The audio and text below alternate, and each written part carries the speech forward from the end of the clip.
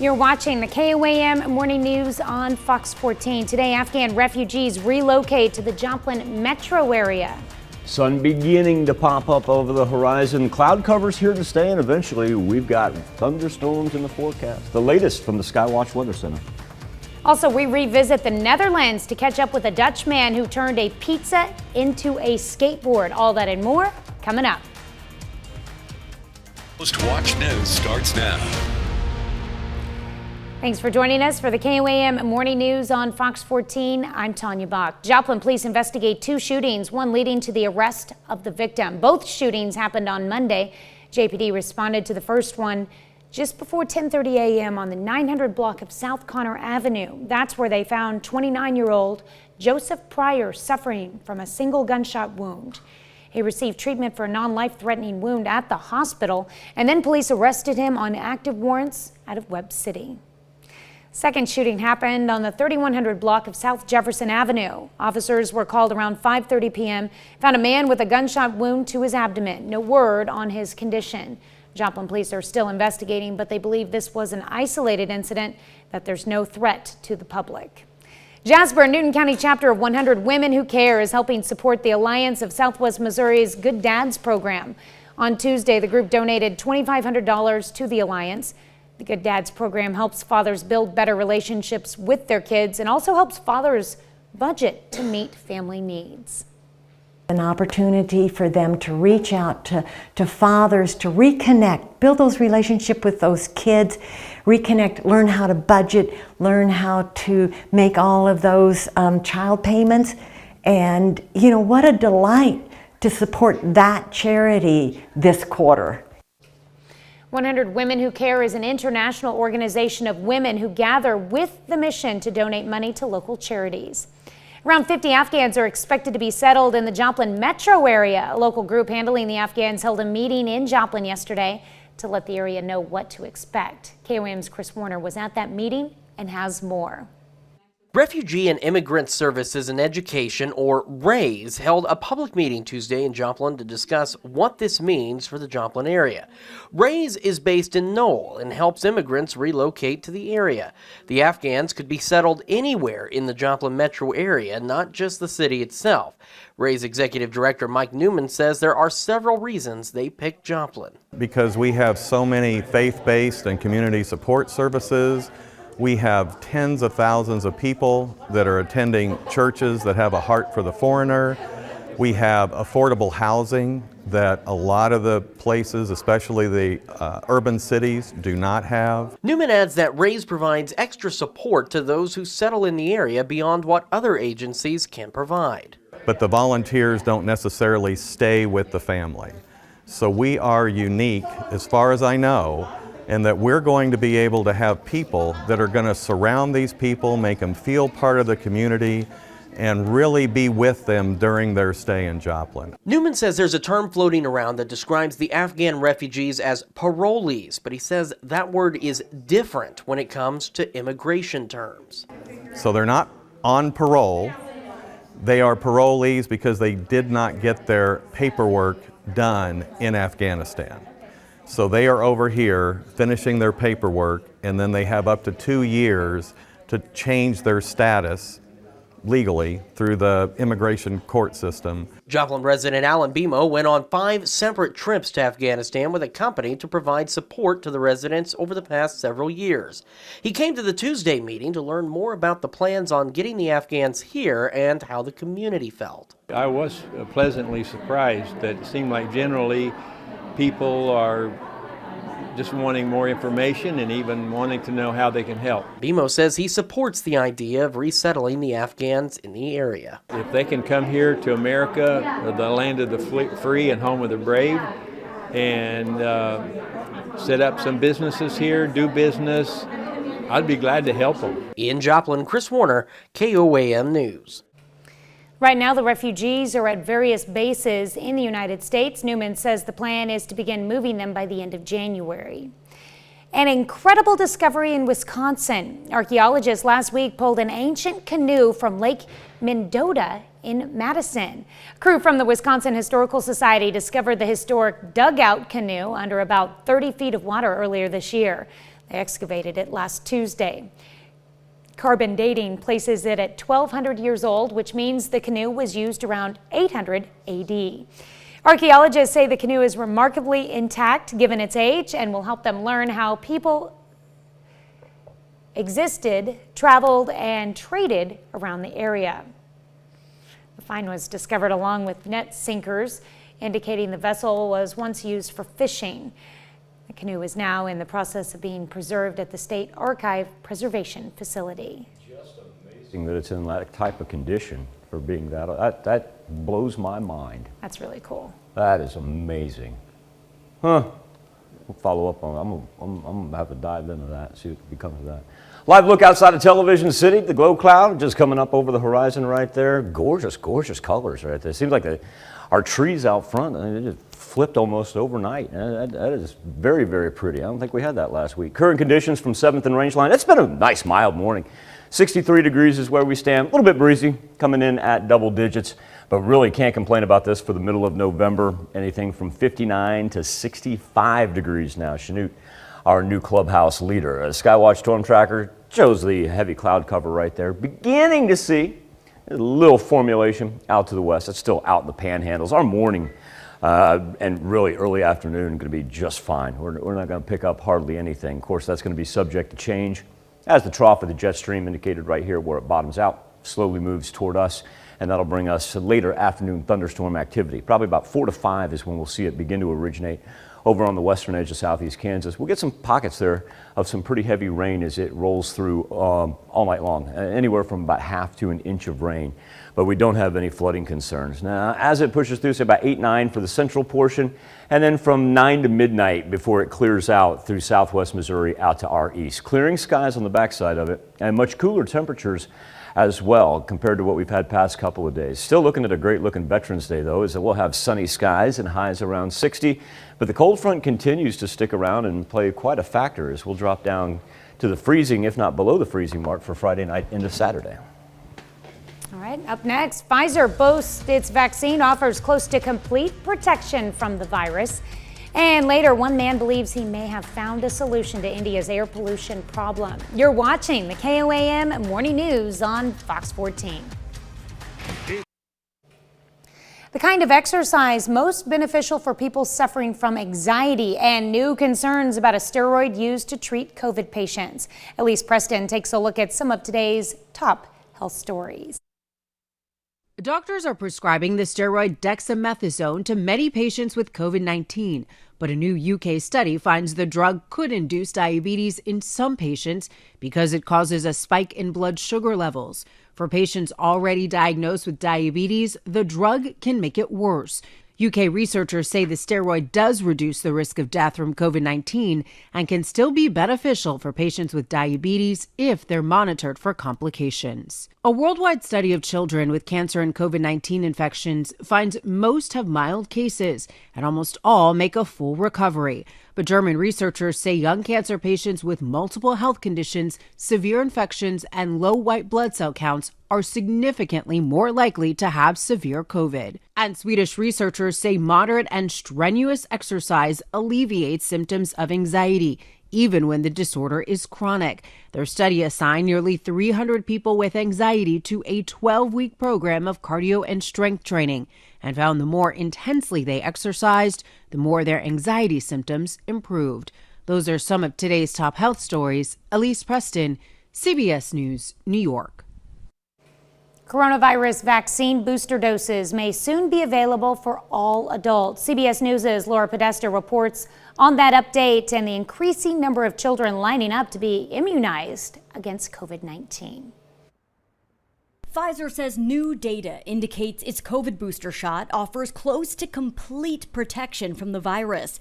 The pharmaceutical giant is now asking the FDA to authorize its third shot for everyone 18 and older, not just the elderly or immunocompromised. The data look excellent. There's longer follow-up. It showed real safety, and it showed that it worked. Over 95% protection from infections. Back in September, the FDA denied a request by Pfizer to expand eligibility for its booster. At the time, the FDA said there wasn't enough evidence of waning immunity.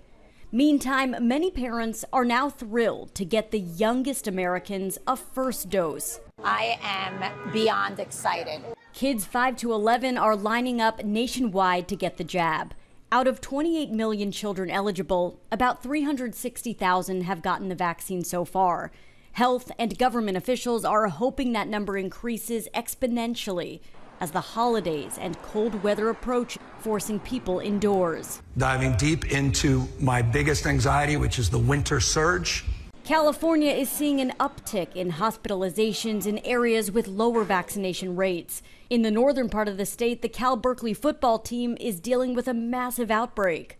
To see our staff frustrated, our student athletes frustrated, it's just challenging. The Berkeley Health Department confirming 44 players and coaches have tested positive, forcing the suspension of a big game against USC this weekend. Laura Podesta, CBS News. The FDA indicated it would move quickly to review Pfizer's new request for boosters for everyone 18 and up, but would not commit to a timeline for approving it. On Tuesday, a faithful copy of Leonardo da Vinci's Mona Lisa sold for $242,000 at a Paris auction. Leonardo's original, which French King Francois I bought from the painter in 1518, can be found in Paris's Louvre Museum, drawing huge crowds to see its enigmatic smile. Say that right? In June, a European collector bought another 17th century copy of Mona Lisa for more than $3.3 million, a record for a reproduction of the work. That was at Christie's in Paris. Wonder how they make their reproductions. I'm not entirely sure. Very talented artist. It's a heck of a Xerox machine. Yeah, probably not. Hope you're not short on toner when you put the Mona Lisa on top, and then you get a paper jam, and then you're like, do I have 8.5 by? Why is this illegal? Who's been fooling with the printer settings? Why is it on sleep and energy save mode? Right? Never happens in the newsroom, folks. Live look outside of Television City. Heavy cloud cover, so enjoy the little color while it lasts, because here in probably the next 20 minutes, after it raises up, we're not going to get much of a break. I just love the color of that tree right there. It really has set off this morning. Joplin sits at 63 degrees over 7th and Range Line right now. Barometer is continuing to fall, and the wind still coming in from the south at 10 miles per hour. Just very, very pleasant temperatures considering we're in the middle of November there. We did see Monette and Cassville fall down to 59. That's the only 50s that we have right now. Chanute's as high as 65, Pittsburgh at 62, and War Dog Country, Miami hanging in there at 61. Our wind tracker does show that out to the west, Independence and Chanute, they've been clocking in between probably about 13 to 15 miles per hour. Just gets a little bit lighter there as you get down to the south, but we won't have any gusty winds today. It'll just kind of be constant until the rain begins to roll through. Haven't had any precipitation as of late yet. Just mostly the heavy cloud cover. Now we're starting to see a little bit. This is increasing just a little bit. That's out by the panhandles though, so no worries this morning. It really won't have any effect on us until we get into the later afternoon hours. See the jet stream as it dives down to Texas right there, grabs some of that warm air, and then feeds it right through us. So if you were to get down to the southeast or up to the northwest, our temperatures would easily be in the 40s. We just kind of luck out as it makes it a beeline right through us. Now, as we look out to the west, we've got a couple low pressure systems right here. Yesterday, these are the ones that we had hanging over. So those have moved off to the east of the Mississippi, and now these will act like bookends. And as they progress toward us, that's where we see those thunderstorms begin to originate. Right there in the middle. Upper plains, they're already in the midst of rain and snow and cold weather. They can keep that. We'll look forward to some thunderstorm activity that begins this afternoon and actually is going to carry us all the way to around midnight before it departs out to the east. And then we're going to have a cold front drop in just in time for the weekend. Now, we do show up on the severe thunderstorm risk map. We're in that marginal category, and it wants to taper off as it progresses, but even all of southwest Missouri just about involved in that marginal category. But at the same point in time, we're going to keep our chance for hail and damaging winds. Very, very, very small.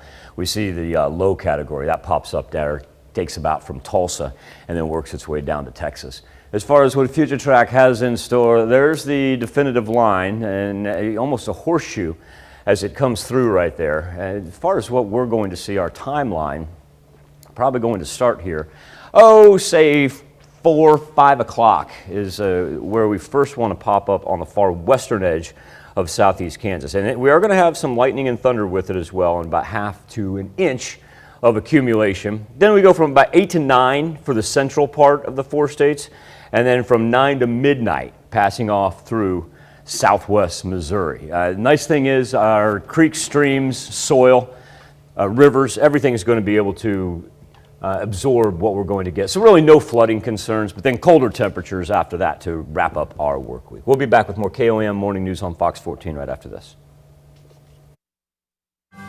Burning agricultural waste is one of the bigger contributors to global warming. Now an entrepreneur in India has found a way to turn that waste from smoke into fertilizer. Here's Vedika Sood.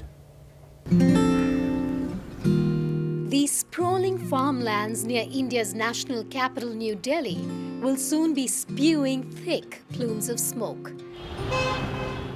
Year after year, the toxic haze in parts of northern India is so dense, it can be seen from outer space. Agricultural residues, in this case rice straws, is burned by thousands of farmers to clear their fields for winter crops. Many farmers opt to burn this stubble, which often leads to high levels of pollution in the region. 30-year-old Indian Vidyut Mohan is hoping to bring back cleaner air through sustainable energy to Delhi and its neighborhood. Along with his co-founder, Vidyut developed a small-scale portable machine in the year 2018 that converts agricultural waste into biofuel. We feed in agricultural waste, such as coconut shells or rice straws or rice husks, into the machine. It undergoes a thermal process just like the process of roasting coffee. It's called torrefaction. And what that does is it takes out low energy containing molecules in the form of gases and leaves behind a dense carbon-rich material, which is then conveyed, cooled, and packaged to be used to make valuable products such as fuels and fertilizers. The process of removing moisture from a biomass to create biocoal is not new. Some observers say the high costs of creating scalable solutions have so far prevented the widespread adoption of torrefaction. But Vidyut is confident his device will be more affordable. A pilot run of the machine's latest version is also being tested in a forest area on the Pacific West Coast. The team, along with state forest officials, is currently looking into converting wood-based residues into marketable products. As compared to open burning of agricultural waste, our equipment prevents up to 98% of smoke emissions. Rural farmer Kuldeep Huda says burning of crop residue is making their lands barren, but remains the cheapest option. Mohan's sustainable technology could be a game changer for the farmer community and provide additional revenue. This will help us the most. They have told us to give them the crop stubble and they will give us carbonized fertilizer, which will reduce our costs as farmers and help our crops. There will be lots of benefits. The young Indian's efforts have already been recognized by the United Nations Environment Programme. He was also recently awarded Prince William's inaugural Earthshot Prize. Mohan's low-cost innovation should hit the Indian market within a year. He believes 100 million tons of carbon dioxide can be reduced annually, a hopeful solution that could break India's toxic smoke chain. We'll be back with this morning's four-state hero right after this.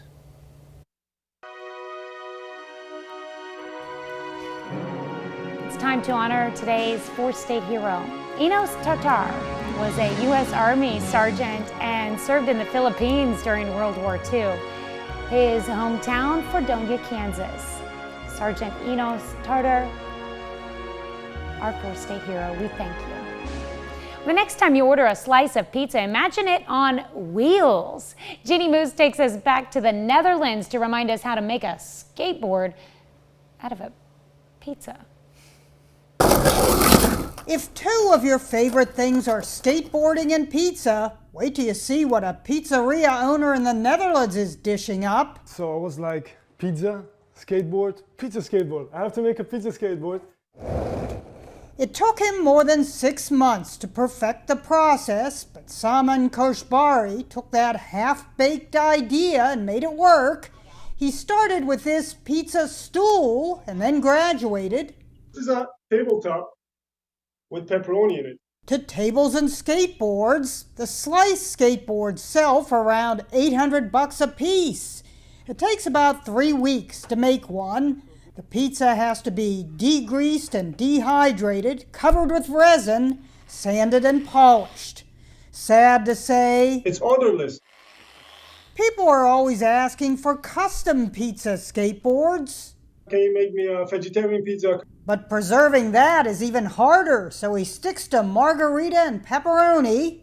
Saman, aka Flower Boy, considers them pieces of art, but they do function. 3 times heavier than a regular skateboard. So it's not for everyday use, and no amount of elbow pads or napkins would help if a trick went wrong and a skater got impaled on a slice. For Flower Boy, this is a marriage of 2 loves. That's amore. When the moon hits your eye like a big pizza pie, that's amore. Jeannie Mose, CNN, New York. That's amore. The story makes me have the urge to say cowabunga.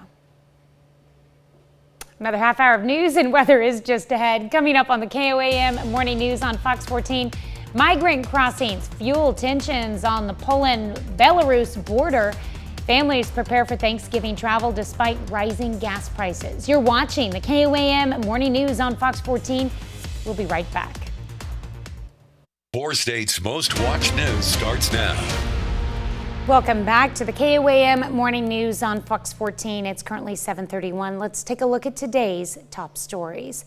Joplin police investigate 2 shootings, one leading to the arrest of the victim. Both shootings happened on Monday. JPD responded to the first one just before 10:30 a.m. on the 900 block of South Connor Avenue. That's where they found 29-year-old Joseph Pryor suffering from a single gunshot wound. He received treatment for a non-life-threatening wound at the hospital. Then police arrested him on active warrants out of Webb City. The second shooting happened on the 3100 block of South Jefferson Avenue. Officers were called around 5:30 p.m., found a man with a gunshot wound to his abdomen. No word on his condition. Joplin police are still investigating, but they believe this was an isolated incident, that there's no threat to the public. Reading can be very important for young kids and their development, so the McDonald County School District is challenging parents of young kids to help them read 100 books before kindergarten. As part of the program, the district is offering mobile book checkout stations where parents can pick a book to read every week. If they follow the program, they'll hit 100 books before the child starts kindergarten. This program does is it lets them take books home. And so they're learning the responsibility of bringing books back, taking books home, but then it's also giving them time to read with their families. And so they're short books, they're board books, so it usually takes maybe 10 minutes. Book checkout locations are available at Southwest City Elementary and Knoll Primary School. Folks in Miami have a chance to learn some relaxation and balance techniques. The Miami Public Library is offering Tai Chi classes hosted by Rick Pulley. The first class was offered on Tuesday. There will be other classes on November 16th, 18th, 23rd, and 30th. In December, there are classes on the 2nd, 7th, 8th, 9th, 14th, 15th, and 16th. It does help with range of motion. The one thing about Tai Chi that I do like is it's personal to a person. When they learn it, it becomes them. Everybody does it different than each other. They may know the routine, but they look different doing it.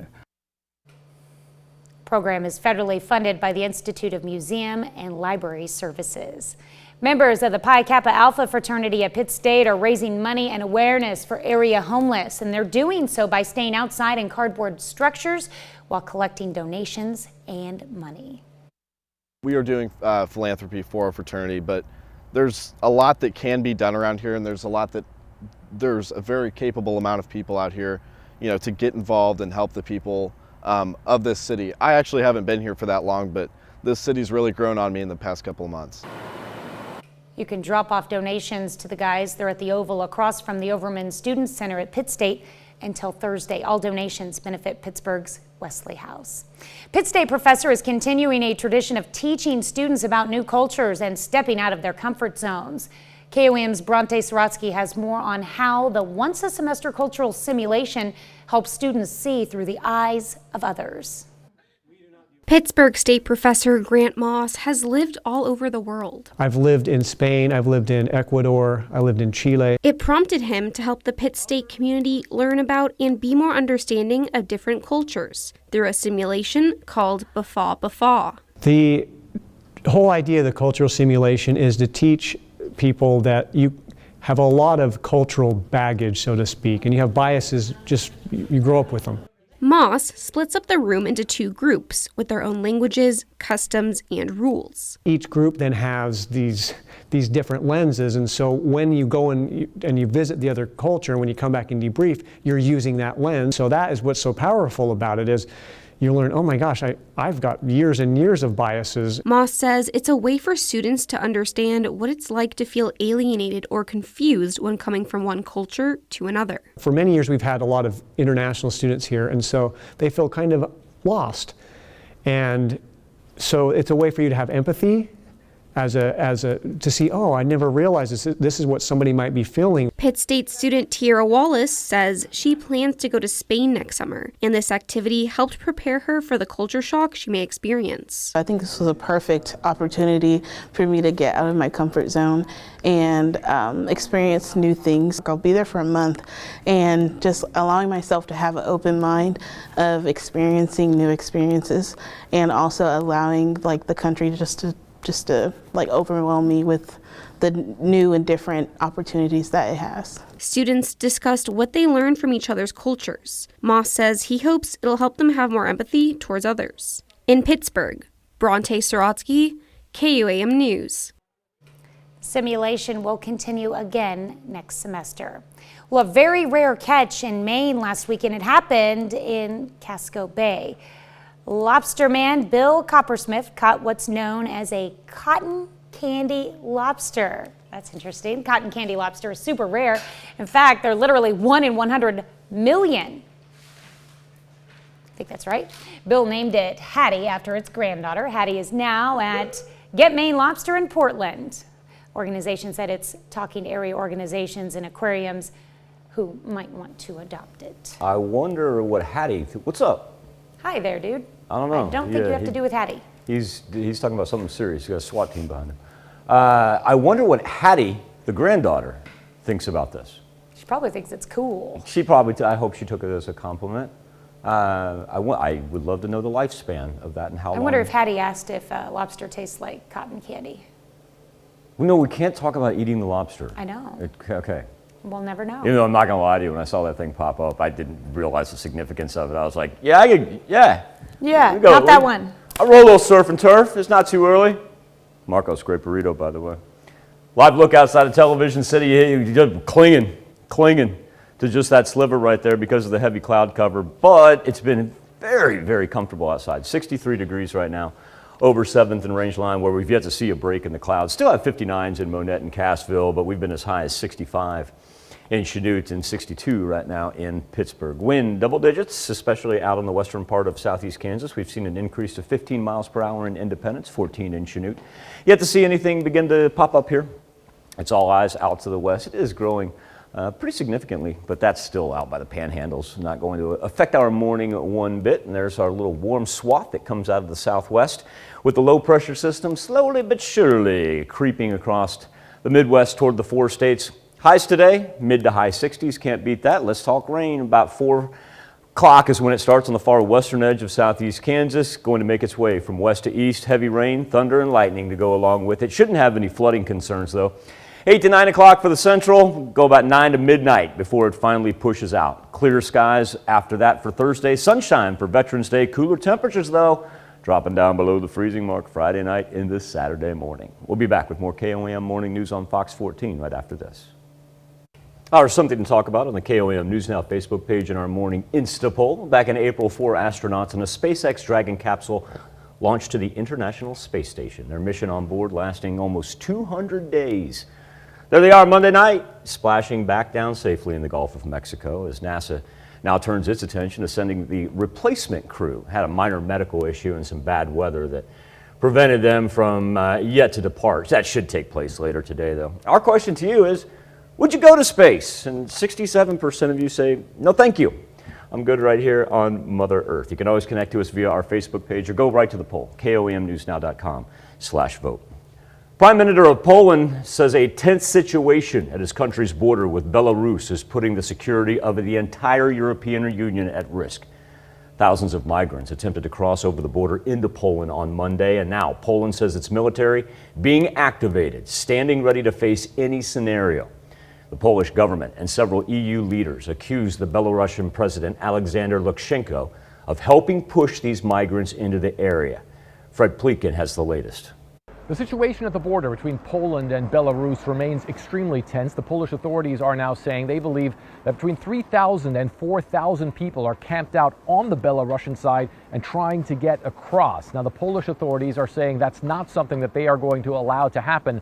They say that they've already put in place more than 9,000 soldiers and also thousands of Border Patrol agents as well to try and prevent people from coming across that border and making it into the European Union. Poland and the European Union both accuse Belarusian strongman Alexander Lukashenko of what they call state-sponsored human trafficking. They say that the regime in Belarus is luring people, especially from Middle Eastern countries, first and foremost from Iraq, to Belarus and then funneling them to the border and trying to get them to go across. Again, the Polish authorities are saying that is not something that they are going to allow to happen. But ultimately, most of those people, the authorities here in Germany believe, are trying to make it to this country, to Germany, and to claim asylum here. And the German border police, they've also increased their patrols as well. And they say they're increasingly coming across migrants. And they say most of the people that they're coming across have made their way to the European Union via Belarus. Fred Pleitgen, Frankfurt an der Oder, Germany. More KOAM Morning News on Fox 14 right after this. Year after year, the days around Thanksgiving are some of the busiest travel days. And last year, of course, was a little different. But as Britt Conway reports, we might get a glimpse of pre-pandemic travel this holiday, even as gas prices have people paying more at the pump. Think about this time last year. We didn't have a vaccine. People were scared. Folks just kind of stayed home. But this year, with vaccines comes a lot more confidence. People are feeling better about traveling. Ready to get back out there. It's almost going to feel like 2019 all over again, which was a really big year. We're close to pre-pandemic numbers. Which means loading up on beans, greens, potatoes, tomatoes might mean packing into planes or tackling traffic. AAA expects more than 53 million people will travel this Thanksgiving holiday, a 13% increase from last year. But as the economy rebounds, the price of crude oil skyrockets, putting pressure on the White House to act. We have tools in our tool belts that we can potentially address this with. But no specifics have been laid out, and experts say there's only so much the president, any president, can do. A new forecast from the federal government predicts crude prices will hold steady and then drop back down next year. Until then, these high prices are getting passed on at the pump. AAA says the national average for a gallon of gas is now $3.42 compared to $2.11 a year ago. To put it in perspective, though, it's only about 80 cents more than what they paid in 2019. So it's more, but as we've always discovered, no matter how much gasoline prices are, people are still going to take that trip. They'll just budget along the way. I'm Britt Conway reporting. We'll be right back with more after this, but first let's take a look at the market prices before the opening bell.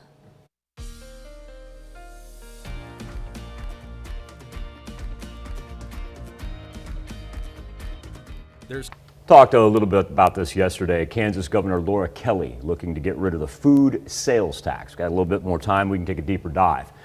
It's a bill that aims to eliminate the 6.5% tax on food. That's the second highest in the entire nation. Caroline Elliott breaks it down.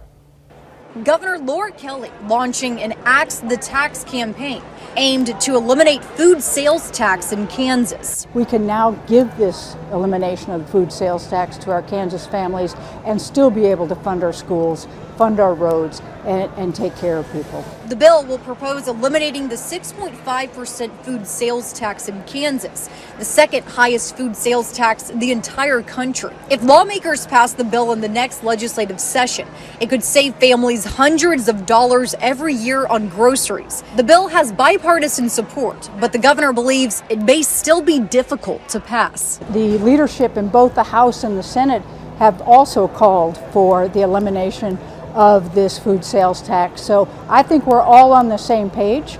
The issue will be getting this bill with food sales tax elimination only in it. There's a lot of support in both the House and Senate by both parties. It's bipartisan support.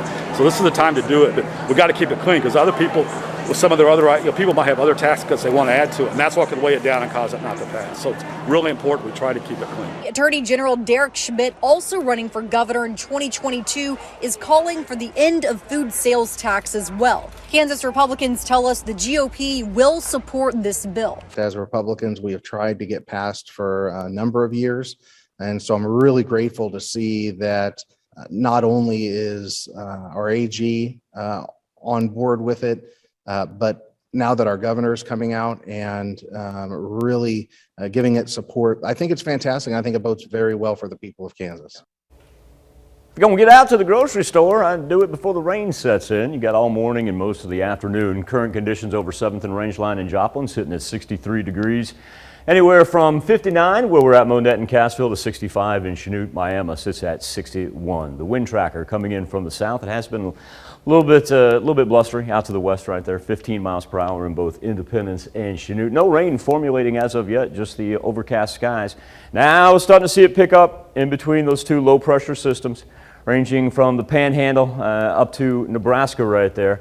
So I've been talking about the bookends, and that's what we're beginning to see. Like I said, we got several hours before we have anything to worry. But if you're going to radar watch today, keep your eyes out there. As it rolls through, temperatures going to stay mid to high 60s, and there's no worries about that. Then about 4 or 5 o'clock is when we finally begin to see the far western edge of southeast Kansas. That's some good heavy rain right there. We'll pack some thunder and lightning in with it, go anywhere from ½ an inch to an inch of accumulation. About 8, 9 o'clock here for the central portion, and then 9 to midnight before it finally moves out to the east. Clearing skies after that and cooler temperatures. Now, if you got Veterans Day plans, hey, sunny skies, highs around 60 degrees. But then we continually cool down, not only for our daily highs, but look at those overnight lows dropping below freezing for Friday into Saturday. We'll be back, wrap up this edition of the KOAM Morning News on Fox 14 right after this. Welcome back to the KOAM Morning News on Fox 14. Here's what's happening today. Pfizer has asked federal health regulators to authorize COVID-19 vaccine boosters for all adults. Company says its tests show that a third of the third shot restores the effectiveness of the vaccine to its initial strength. The FDA indicated it would move quickly to take up Pfizer's request. Police in Houston continue to gather evidence related to last week's deadly Astroworld Music Festival. 8 people were killed when the crowd of 50,000 people surged forward as Travis Scott took the stage. Firefighters Union said that as the tragedy unfolded, first responders were unable to communicate with private medics at the event because they had no radio. The House committee investigating the January 6th riot on Capitol Hill had issued another round of subpoenas to aides of former President Trump.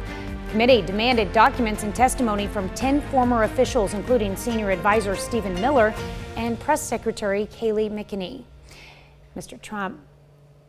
Former President Trump is challenging the legality of the investigation and has advised associates to ignore the subpoenas. Let's check in with Michael with a final look at your forecast. Rolling through and waiting for the thunderstorms to begin. Very comfortable outside, and then by the time we get into the late afternoon, early evening hours, develops out to the west, rolls through, and we'll have the old thunder and lightning with it. Be out of here around midnight, 1 a.m. on Thursday. Cooler temps for the rest of the week. Still looking at a great Veterans Day, though, with a whole bunch of sunshine and a high around 60. All right, the few, the proud, the Marines. We all know the slogan. November 10th, the day before Veterans Day, also marks another special day for service members. It honors the establishments of the U.S. Marine Corps. The military branch started way back in 1775, leading up to the American Revolution. Members provide protection at sea along with the Navy. Marines proudly say, once a Marine, always a Marine. So if you know one, you can mark the day by thanking them for their service. You can also go to a local Marine Corps birthday celebration. First time I ever took a plane flight by myself, I was about 9 years old. Had no idea what I was doing. I was scared to death. Happened to have a seat next to a Marine, and he looked at me, he goes, "Don't worry, kid, I'll take care of you." Not only got me to Syracuse, New York, escorted me through the entire airport to the family who was waiting for me. Aw, Never that's forget sweet. that. Give All a right. shout out to my Uncle Robert. Thank you for letting us put the good in your morning. Back with more news and weather when we see you at noon. Have a great morning and an even better day.